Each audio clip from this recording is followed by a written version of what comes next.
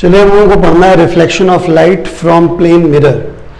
Heading भी पढ़ी हुई देख लीजिए, reflection of light from plane mirror. इसको पढ़ने के लिए सबसे पहले हम लोग कुछ रूल्स समझ लेते हैं। दो रूल्स हैं बेसिकली। पहला तो लॉ ऑफ रिफ्लेक्शन है, ठीक है, angle I equal to angle R, और दूसरा है प्रिंसिपल ऑफ रिवर्सिबिलिटी, ठीक है।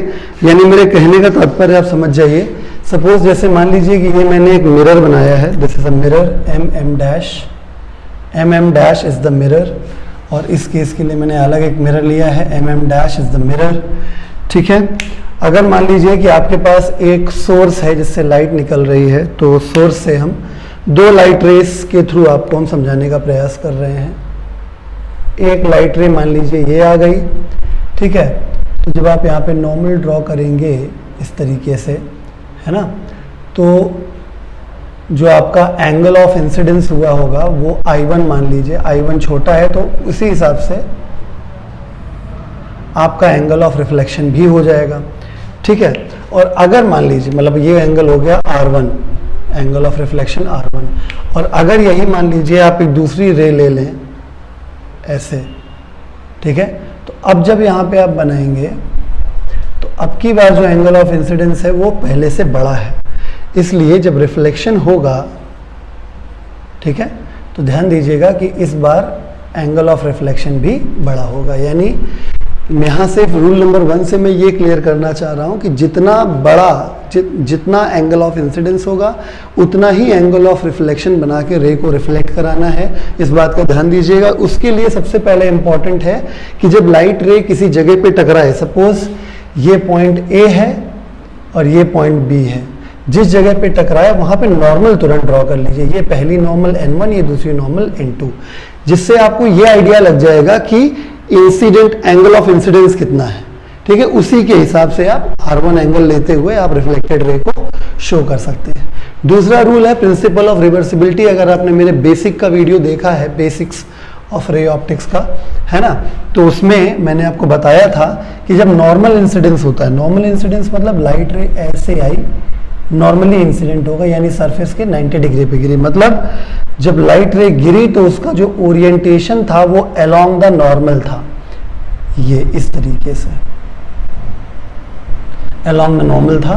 तो ऐसी सिचुएशन में एंगल ऑफ इंसिडेंस और angle of reflection, angle of incidence कितना हो जाता है, 0 डिग्री हो जाता है, और इस सिचुएशन में एंगल ऑफ रिफ्लेक्शन भी 0 डिग्री हो जाता है। तो लाइट रे अपने पाथ को रिट्रेस कर जाती है, यानी जिस रास्ते पे से आती है उसी पे वापस रिट्रेस कर जाती है। तो ये दो रूल्स को ध्यान रखेंगे तो आपको ये reflection of light from plane mirror show करने में आसानी रहेगी। तो चलिए अगला टॉपिक है अपने पास कि प्लेन मिरर से इमेज कैसे बनती है, उसको रे डायग्राम के माध्यम से देखेंगे। समझ गए ना। इस समय हम लोग पढ़ रहे हैं reflection of light from plane mirror. इसको पढ़ने के लिए दो बेसिक रूल्स की आवश्यकता है। पहला law of reflection, angle I equal to angle R, और दूसरा प्रिंसिपल ऑफ रिवर्सिबिलिटी, ठीक है। इन दोनों की हेल्प से अब हम लोग इमेज फॉर्मेशन देखेंगे by the plane mirror with the help of ray diagram, ठीक है, क्योंकि हवा में तो दिखा नहीं सकते, है ना, तो हम लोग रे डायग्राम की हेल्प से आपको दिखाएंगे। चलिए केस नंबर 1 जो है हमारे पास वो ये है कि if point object is kept in front of plane mirror, यानी अब की बार हमारे पास जो ऑब्जेक्ट है वो हमने इस बार पॉइंट ऑब्जेक्ट लिया है, ठीक है। थोड़ा अच्छा लगे इसलिए मैंने पहले से ही थोड़ा सा क्या ये ड्राइंग कर दी है। तो मान लीजिए कि ये हमारे पास एक मिरर है MM डैश, ये हमारा एक ऑब्जेक्ट है, पॉइंट ऑब्जेक्ट, पॉइंट जैसा दिखाया है, ठीक है। तो मैंने वही दो रूल्स लगाए। पहला रूल प्रिंसिपल ऑफ रिवर्सिबिलिटी वाला, इधर मैंने ये वाली रे दिखा दी कि जब ये 90 डिग्री पे यहाँ गिरेगा तो ये अपने पाथ को रिट्रेस कर जाएगा। तो ये इंसिडेंट रे हुई और ये इधर जाती हुई रिफ्लेक्टेड, तो रिफ्लेक्टेड रे को जब मैंने डॉट डॉट करके आगे बढ़ाया तो सपोज यहाँ तक आया। फिर दूसरी लाइट रे हमने इस जगह पे गिराई और यहाँ पे हमने नॉर्मल ड्रॉ कर दिया लाइक दिस, ठीक है। तो नॉर्मल जब ड्रॉ कर दिया तो ये हमारी रे रिफ्लेक्ट हो गई। तो रिफ्लेक्टेड रे को भी जब हमने पीछे बढ़ाया तो कहाँ मीट किया, यहाँ मीट किया, ठीक है। तो यहाँ पे ये रिफ्लेक्टेड रे इधर जा रही, ये रिफ्लेक्टेड रे इधर जा, तो रिफ्लेक्टेड रे देखिए इधर जा रही तो कहीं इधर तो मीट कर नहीं सकती।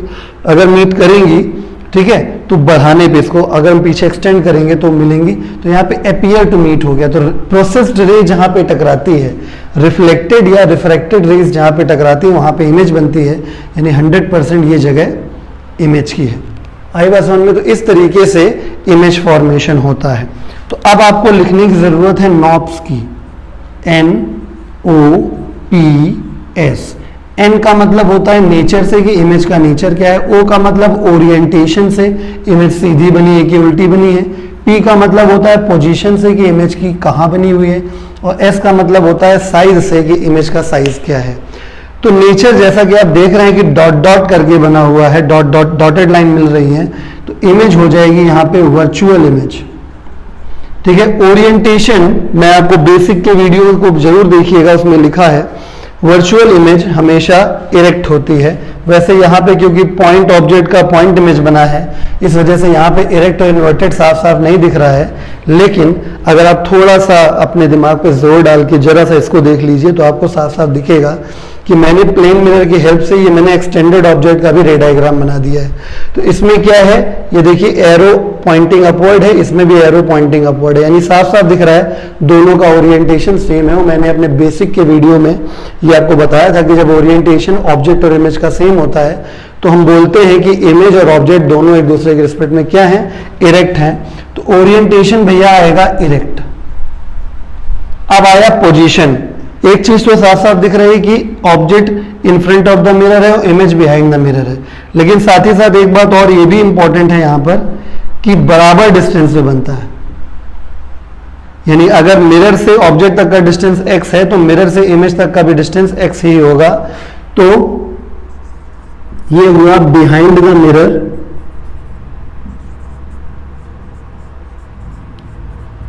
At the same distance. ठीक है, आखिरी में है साइज। साइज तो पॉइंट का पॉइंट बना हुआ है, तो आप समझ जाइएगा कि ये सेम साइज का केस है। ओके, तो अब हम लोग आगे बढ़ते हैं केस नंबर 2 पे। समझ में आ गया होगा होपफुली। ठीक है, यहां पे देखिए तो हाँ जी, case number 2, if linearly extended object, यानी अब की बार हमारे पास जो ऑब्जेक्ट है मिरर के सामने वो एक्सटेंडेड है, एरो वाला है। तो हम लोग हमेशा की तरह जैसे काम करते हैं, इसमें क्या किया था, एक पॉइंट ऑब्जेक्ट था। मैंने बेसिक के वीडियो में चिल्ला बताया भी था, फिर बता रहा हूं कि रे डायग्राम बनाने में एक पॉइंट से कम आपको 2 लाइट रेज निकालनी होती है।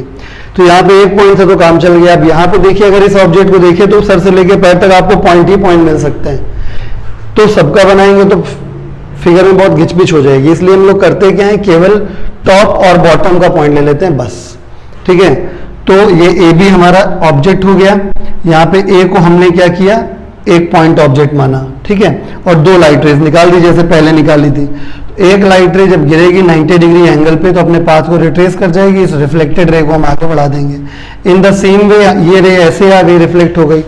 ठीक है, तो ये जब रिफ्लेक्ट होकर ऐसे आएगी तो ये ऐसे आ जाएगी, ये ऐसे आ जाएगी। ठीक है ना, तो ये रिफ्लेक्टेड रे ऐसे आई, reflected ray co dot dot करके आगे बढ़ा दिया, तो इस ए ऑब्जेक्ट का ए डैश इमेज बन गया।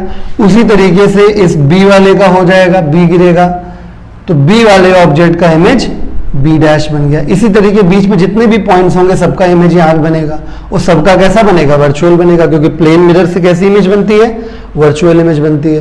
तो ए का ए डैश भी वर्चुअल इमेज हुआ, बी का बी डैश भी वर्चुअल इमेज हुआ, बीच में जितने भी पॉइंट्स आएंगे सबकी इमेज भी यहाँ पे क्या आएगी, वर्चुअल आएगी। इसलिए हमने यहाँ पे इमेज को कैसे शो किया है, डॉटेड एरो से शो किया है। बात समझ में आ गई होगी।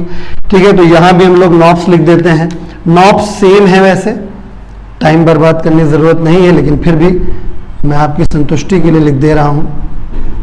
नेचर साफ साफ दिख रहा है, अब तो ये वर्चुअल इमेज है। ओरिएंटेशन साफ साफ दिख रहा है कि इरेक्ट है। पोजीशन पता ही है, at same distance, at same distance behind the mirror. ठीक है, साइज क्या है, यहां लिख देते हैं सेम साइज।